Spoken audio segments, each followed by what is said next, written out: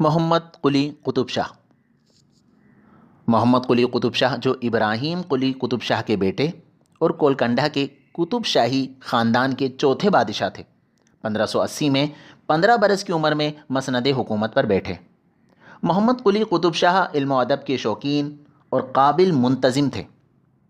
انہوں نے حیدر آباد شہر آباد کیا اور حیدر آباد کی پہچان چہار مینار بھی تعمیر کرایا۔ حیدر آباد شہر قلی قطب شاہ نے اپنی محبوبہ مشتری کے نام پر آباد کیا۔ مشتری رقاصہ تھی جو بھاگمتی کے نام سے مشہور تھی، جسے قلی قطب شاہ نے حیدر محل کا خطاب دیا اور شہر کا نام بھی بھاگ نگر اور بعد میں حیدر آباد رکھا۔ محمد قلی قطب شاہ اپنے وقت کے مانے ہوئے شاعر تھے۔ اردو، تیلگو، فارسی اور عربی زبانوں میں مہارت تھی اور ان سب زبانوں میں شاعری کی۔ شاعری میں 17 تخلص استعمال کیے۔ ان کی شاعری بنیادی طور پر عشقیہ شاعری ہے۔ اس کے علاوہ فطرت حسن کے دلدادہ تھے، لہٰذا موسم، تہواروں، رسومات اور پھلوں، سبزیوں جیسے موضوعات پر بھی شاعری کی۔ غزل، قصیدہ، مثنوی، نظم، مرثیہ، ترکیب بند، ترجیح بند، قطع، رباعی اور دیگر اصناف میں طبع آزمائی کی۔ کلیات میں 50,000 اشعار ہیں۔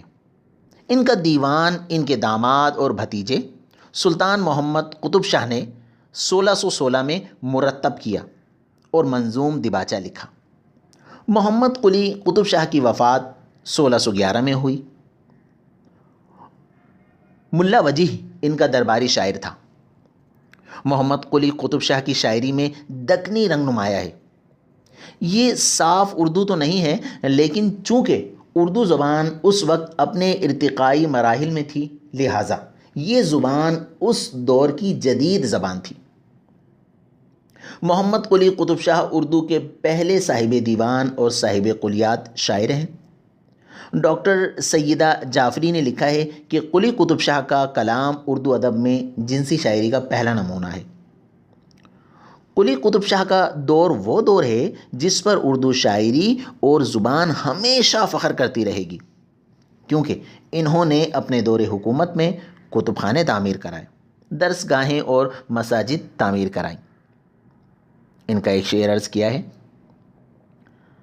پیا باج پیالہ پیا جائے نا، پیا باج پیالہ پیا جائے نا، پیا باج ایک پل جیا جائے نا۔